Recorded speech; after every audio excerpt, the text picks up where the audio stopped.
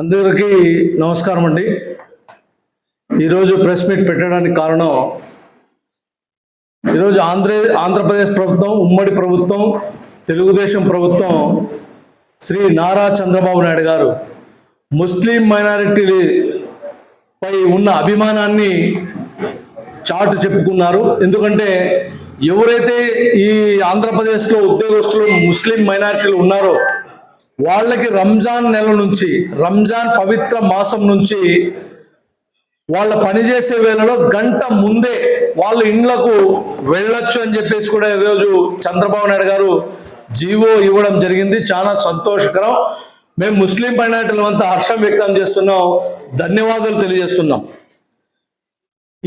ఇది చిత్తశుద్ధి కలిగిన నాయకుడు, ప్రజలపై, ముస్లిం మైనారిటీలపై అభిమానం తెలియజేసే వ్యక్తి అంటే ఒక చంద్రబాబు నాయుడు అని చెప్పేసి కూడా మరొక మారు నిరూపించుకున్నారని చెప్పేసి కూడా ఈ సందర్భంగా నేను తెలియజేస్తున్నా.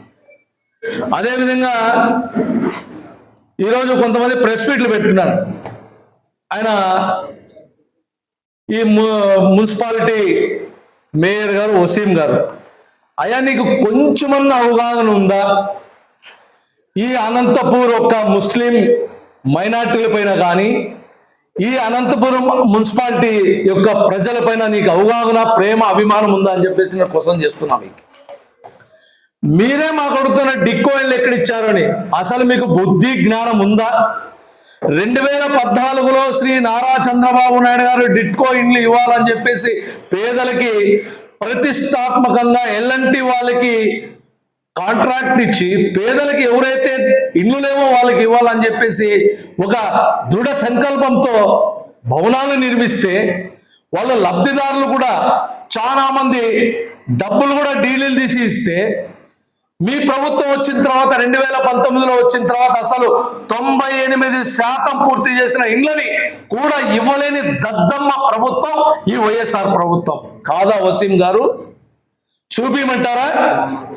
అసలు మీరు కళ్ళకి ఏమైనా గంతలు కట్టుకున్నారా, లేదంటే ధృతరాష్ట్ర పాలన చేస్తున్నారు ఈ మున్సిపాలిటీలో? మీరు అట్లే ఉంది, ధృతరాష్ట్ర పాలన చేస్తున్నట్టే ఉంది. మీరు చూసింటారు, చాలా మంది ప్రజలు కూడా చూశారు. మీరు ఏమి చేయకపోగా మీ యొక్క పార్టీ యొక్క రంగుని మాత్రం పులిమి ఆ డిట్కో ఇండ్లకు కొట్టారు తప్ప మీరు ఇచ్చింది పాపాన పోలేదని చెప్పేసి కూడా ఈ సందర్భంగా మీకు తెలియజేస్తున్నా. అయ్యా వసీం గారు, కొంచెం గుర్తుపెట్టుకోండి, మీకు ఎవరో స్క్రిప్ట్ ఇస్తే ఇలా మాట్లాడడం కాదు, వాస్తవాలు మాట్లాడండి. మీకు దమ్ము, ధైర్యం, మీరు నిజాయితీ పరులు అని మీరు నిరూపించుకోవాలంటే ఒక ఎంక్వైరీని మీరు స్వాగతించండి. మీరు డంపింగ్ యార్డ్లో కానీ, ఆ పనిముట్లలో కానీ అవినీతి జరగలేదని ఒక ఎంక్వైరీ వేయించుకొని మీరు క్లీన్గా, నీట్గా కడిగిన ముత్యంగా మీరు బయటకు రాగలరా అని చెప్పేసి నేను క్వశ్చన్ చేస్తున్నాం. అసలు సీఎం రిలీఫ్ ఫండ్లో మీరు ఎంత పచ్చి అబద్ధాలు చెప్తున్నారు. 2014 నుంచి చంద్రబాబు నాయుడు గారు ముఖ్యమంత్రి అయినప్పటి నుంచి బ్రహ్మాండమైన సీఎం రిలీఫ్ ఫండ్ ఇచ్చారు. పేదలకు ఏదైతే హాస్పిటల్లో ఎక్కువ అధిక ప్రైవేట్ హాస్పిటల్లో మీరు బిల్స్ చేసుకున్నారో అప్పుడు అన్ని అందజేశారు. తీరా మీ ప్రభుత్వం వచ్చిందంట, మీ దళిద్ర గుడ్డు వైఎస్ఆర్ ప్రభుత్వం వచ్చిన తర్వాత 2019 నుంచి 24 వరకు ఒక చిల్లి గవ్వ కూడా సీఎం రిలీఫ్ ఫండ్ మీరు ఇచ్చారా? ఇవ్వలేదు. సాక్ష్యాలతో సహా నేను చూపించడానికి సిద్ధం. అయా వసీం గారు, చూడండి, ఒక కళ్యాణ్ దుర్గం బైపాస్ లో ఉన్న ఒక యాక్సిడెంట్, నలుగురు కోల్పోతే దాదాపు మీ ఎమ్మెల్యే గారికి, అనంత వెంకట్రామరెడ్డి గారికి ఇచ్చిన పేపర్లు దాదాపు 8 లక్షల రూపాయలు బిల్లు అయితే మీరు ఒక 6 నెలలు మీ దగ్గర పెట్టుకుని మళ్ళీ తర్వాత మీరు పోస్ట్లో పంపించారు. ఎందుకు? వాళ్ళు తెలుగుదేశం పార్టీకి సంబంధించిన వాళ్ళు, మేము ఇవ్వని పూర్తి టైం అయిపోయిన తర్వాత ఇచ్చిన దుర్మార్గమైన మీ సంస్కృతి, దుర్మార్గమైన సంస్కృతి దీని నిదర్శనం. రాండి, నేను సాక్ష్యాలతో సహా నేను చూపిస్తాను. ఇప్పుడే ఆ పేషెంట్ దగ్గర కూడా వెళ్ళొచ్చాను. అసలు ఏ పాపం చేశారు ఈ అనంతపురంలో ఉన్న ప్రజలు మీకు? అంటే మీకు అప్పుడు 2019లో మీకు ఓటు వేయడమే తప్ప, ఈరోజు సాక్ష్యాలతో సహా ఉన్నాయి నా దగ్గర, సాక్ష్యాలతో సహా ఉన్నాయి, పేపర్లు ఇస్తాను, ప్రెస్ వాళ్ళు కూడా ఇస్తాను. మీరు ఒళ్ళు దగ్గర పెట్టుకొని మీరు మాట్లాడితే బాగుంటారు.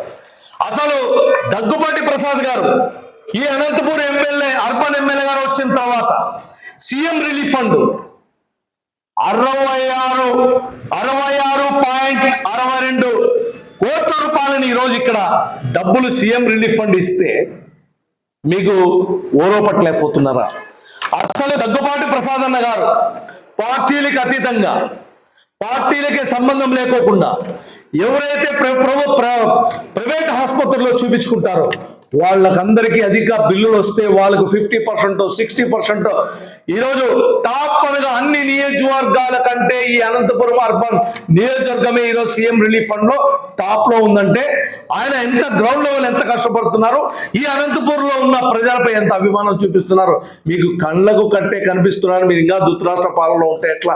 ఇంకా మీరు అనంత వెంకటరామరెడ్డి గారి డైలాగులు, ఆయన స్క్రిప్ట్లు చదువుకుంటా ఉంటే మీరు ఇంకా దాంట్లోనే ఉంటే ఎలా? వసీం గారు కొద్దిగా జాగ్రత్త పడ్డ.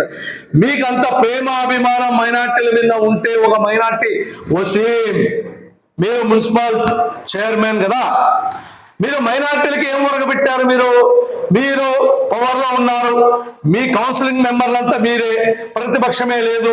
ఎంపీ గారు మీరు ఇక్కడ ఏమన్నా ఇప్పించారా మైనార్టీల కోసం? దుకాన్ మకాన్ కానీ షాదీ అసలు ముస్లిం మైనారిటీలు పెళ్లిళ్ళు చేసుకుంటే షాదీ ముబారక్ కింద ఆ రోజు చంద్రబాబు నాయుడు గారు 50,000 ఇచ్చారే, మీరు ఇచ్చారా? ₹1,00,000 నేను గెలుస్తానని చెప్పారు. మీకు బుద్ధుందా? నాకు అర్థం కాలేదు. మీరు ఆలోచన చేశారా? అరే మేము ఇచ్చామా, మనం ఏంది మాట్లాడుతున్నాం మైనార్టీల కోసం, మేము ఏం చేశామని చెప్పేసి మీరు ఎప్పుడైనా మీరు ఆత్మ పరిశీలన చేసుకున్నారా? ఎక్కడ ఈగ పోగా ఏదో మీరంతా ఈరోజే ప్రేమంతా ఉలబోసినట్టు ఈరోజు కొత్తగా మీరు ఈరోజు చైర్మన్ అయినట్టు మీరు మాట్లాడుతున్నారు. మీరు 5 సంవత్సరాలు 4 సంవత్సరాలు పిల్లి కళ్ళు మూసుకొని పాలు తాగినట్టు తాగి ఈరోజు దయ్యాలు వేదాలు వల్లించినట్టు వెళ్ళిస్తున్నారే మీరు. ఇది మీకు సబబేనా? అసలు మీకు అర్థమవుతుందా? ఈరోజు మీ మైనార్టీలకు ఎక్కడే కానీ మీరు సాయం చేసింది లేదు. ఒక చైర్మన్గా, మున్సిపల్ కార్పొరేషన్ చైర్మన్గా ఒక యువతకు కానీ, మహిళలకు కానీ, ముసలి వాళ్ళకు కానీ ఎవ్వరికి కానీ ఒక పైసా కూడా ఇవ్వని పాపాన పోయిండేది మహానుభావులు ఎవరనంటే ఈ వసీం గారే. ఎందుకంటే అనంత వెంకటరామరెడ్డి గారు చెప్పాలా, స్క్రిప్ట్ ఇవ్వాలా, దాని తర్వాత ఈయన కూర్చొని మాట్లాడాలా. ఆయన ఎంత మాట్లాడమంటే అంతే మాట్లాడాలా, ఎక్స్ట్రా మాట్లాడితే ఎడిటింగ్ జరుగుతుంది. ఈరోజు సీఎం రిలీఫ్ ఫండ్ కానీ, ఏదైనా హౌసింగ్ కానీ, ఇక్కడ వచ్చిన ప్రతి ఒక్క ప్రజానీకానికి కానీ అందుబాటులో ఉంటున్న ఏకైక నాయకుడు దగ్గుబాటి ప్రసాద్ గారు. ఇది గుర్తుపెట్టుకోండి. అసలు మీరు గెలిచిన తర్వాత మీరు ఏసీ రూములకే పరిమితమైనారు తప్ప ఈరోజు దగ్గుబాటి వెంకటేశ్వర ప్రసాద్ గారు ఎమ్మెల్యే గారు మీ ఇంటికి మీ ఎమ్మెల్యే కార్యక్రమం పెడుతుంటే ప్రజలు దగ్గరికి వెళ్ళి వాళ్ళ సమస్యలు వాళ్ళ డోర్ దగ్గరే సమస్యలు తీరుస్తుంటే మీరు ఓర్వలేకపోతే ఎట్లా? అంటే ప్రజలు దగ్గరగా వచ్చేస్తున్నారు, అభిమానం పెంచుకుంటున్నారు, సమస్యలు తీరుతున్నాయి ప్రజలవి అని చెప్పేసి మీరు మంటేసుకుంటే ఎట్లా? కాదు కదా. ప్రజలు సమస్య తీర్చేవాడే నాయకుడు. ఆ నాయకుడే దగ్గుబాటి ప్రసాద్ ఎమ్మెల్యే గారు, అర్బన్ ఎమ్మెల్యే గారు. ఇది గుర్తుపెట్టుకోండి. అంతేగాని మీకు ఇష్టం వచ్చిన విధంగా మీరు మాట్లాడితే ఇది ఎంత మాత్రం మంచిది కాదు. మీరు ఏందో అంటున్నారు, అసలు ఏం అభివృద్ధి జరిగింది? అసలు మీరు 5 సంవత్సరాలు ఏం బీకారు? 5 సంవత్సరాలు నిద్రపోయారా? పవర్ మీదే, కౌన్సిలింగ్ మీదే, అన్ని మీదని చెప్పారు. ఆ కౌన్సిలింగ్ మేము రాసి పంపించాం కలెక్టర్ వారికి, ఇంకోరికి మేము ఎంక్వైరీకి రాపించాం, అది ఎంక్వైరీ అయిన తర్వాత బిల్లులు మాత్రం ఇవ్వండి అంటున్నారు కదా. మీరు 4 ఏళ్ళు ఏం చేస్తున్నారు అంటే పదవీ కాలం అయిపోతుంది. మా వాయిస్ కూడా నేను ఒకటి ఉన్నాను, నాకు ఒక స్క్రిప్ట్ ఇస్తున్నారు కాబట్టి నేను ఒకటి ఉన్నాను అని చెప్పేసి మీరు మాట్లాడడం తప్ప ఇక్కడ ఏంది లేదు. మీరు చేసింది అభివృద్ధి శూన్యం. ఒక తట్టెడు మొండి కూడా ఏది పాపాన్ని ఒడగట్టుకున్నారు మీరు వసీం గారు. గుర్తుపెట్టుకోండి. మీ ఎమ్మెల్యే గారు ఎప్పుడైనా కానీ ప్రజల్లోకి వెళ్ళారా? ప్రజల సమస్యలు విన్నారా? తక్షణమే పరిష్కారం చేశారా? మీకు ఆ టాలెంట్ ఉందా? మీకు ఒక సంకల్పం ఉందా? అసలు ఏదైతే దగ్గుబాటి ప్రసాద్ గారు ఎమ్మెల్యే గారు ఎలక్షన్ ముందుట ఎలక్షన్ క్యాన్వాసుల్లో ఈరోజు అండర్ గ్రౌండ్ డ్రైనేజ్ తేవాలని తపన పడుతున్నారు. ఏం వెటకారమా? మీరు ఎప్పుడైనా ఒక సంకల్పం చేశారా? మీరు మనసులో అనుకున్నారా? అసలు ఈరోజు దగ్గుబాటి వెంకటేశ్వర ప్రసాద్ గారు ఎమ్మెల్యే గారు ఒక సంకల్పంతో ముందుకెళ్తున్నారు. సీఎం గారితో కలుస్తున్నారు, మున్సిపల్ శాఖ మినిస్టర్ గారిని కలుస్తున్నారు, ఆర్థిక శాఖ మినిస్టర్ గారిని కలుస్తున్నారు. అందరినీ కలిసి ఒక ప్రణాళిక ఏర్పాటు చేసి అతి తొందరలోనే అనంతపూర్కి అండర్ గ్రౌండ్ డ్రైనేజ్ ఖచ్చితంగా తెస్తారని చెప్పేసి కూడా వసీం గారికి హెచ్చరిస్తున్నా, తెలియజేస్తున్నా అని చెప్పేసి మీకు తెలియజేస్తున్నా. ఏ వేళ పాడాలో నాకు అర్థం కాలేదు. అసలు డంపింగ్ యార్డు అలా ఎంత అవినీతి జరిగింది. మీరు దాంట్లో మిషన్లు పెడతాం, దాంట్లో అన్ని ఆ వ్యర్థ పదార్థాలన్నీ మీరు సపరేట్ చేసి ఏదైతే అబ్రాడ్లో ఏ టెక్నిక్ ఉందో ఆ టెక్నిక్ వాడతామని చెప్పేసి లేనిపోని మాటలు చెప్పేసి లేనిపోని మీరు ఎస్టిమేట్లు వేసి ఎన్ని కోట్లు తప్పారు. దాని మీద జరపాలి విచారణ, దాని మీద జరపాలి. అసలు మీరు సక్రమంగా పరిపాలన రాదే మీ చేత. మీరు మా ఎమ్మెల్యే గారికి అనే అర్హత మీకుందా? మీకు ఆ అర్హత లేదు. ఈరోజు మీకు అర్హత లేదు కాబట్టి ఈరోజు ఆంధ్రప్రదేశ్ ప్రజలు మీకు కేవలం 11 సీట్లకే ఈరోజు బుద్ధి చెప్పారు. ఇంకా మీరు బుద్ధి తెచ్చుకోకపోతే నేనున్నా అంటే మీ నాయకుడే జనాల్లో తిరగడు, మీరు జనాల్లో తిరగడు, ప్రజల సమస్యలు పట్టించుకోరు. ఈరోజు దగ్గుపాటి ప్రసాద్ గారు ఎమ్మెల్యే గారు ప్రజల సమస్యలే కానీ అక్కడికక్కడ తీరుస్తుంటే, ప్రజాదరణ పొందుతుంటే మీరు ఓర్చలేతనం చేస్తున్నారు తప్ప అంతకు మించి ఏమీ లేదు. ఈరోజు అనంతపూర్లో దాదాపు 60 కోట్లు పైగా ఈరోజు అభివృద్ధి కార్యక్రమాలు చేస్తున్నారు.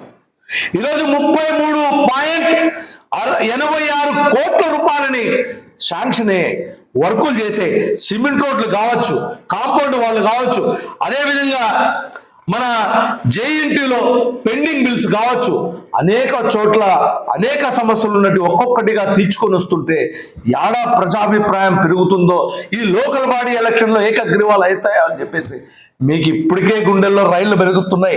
వసీం గారు గుర్తుపెట్టుకోండి, ఇది మంచిది కాదు.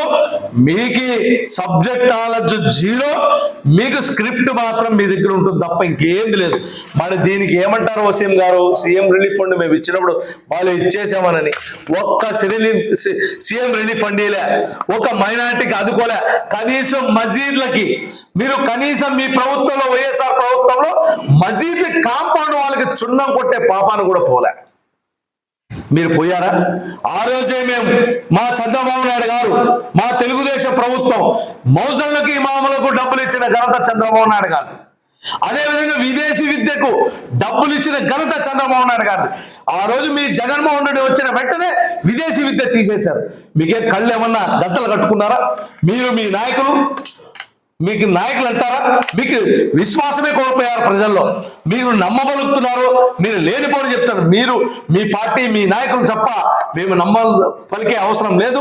సాక్ష్యాధారాలతో ఈరోజు మీకు కళ్ళకు కనిపించే విధంగా ఉన్న ప్రజలకు తప్ప మీరు అభిమానంతో ఏదో మీ పిచ్చి మీకు పరాకాష్ఠకి చేరి ఇలాంటి మాటలు మాట్లాడడం ఎంత మాత్రం మంచిది కాదు.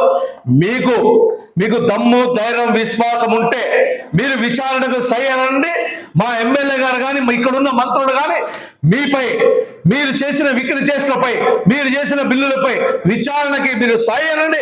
మీరు విచారణ ఏపించుకోండి. మీరు కడిగిన ముత్తుల్లా బయటికి రండి. అప్పుడు మేము ఒప్పుకుంటాం తప్ప లేనిపోని మాటలు చెప్తే మాత్రం ఒప్పుకోమని చెప్పేసి తెలియజేస్తూ, ఇలాంటి పిచ్చి ప్రెస్ మీట్లు మానుకోవాలని చెప్పేసి మీకు తెలియజేస్తాం.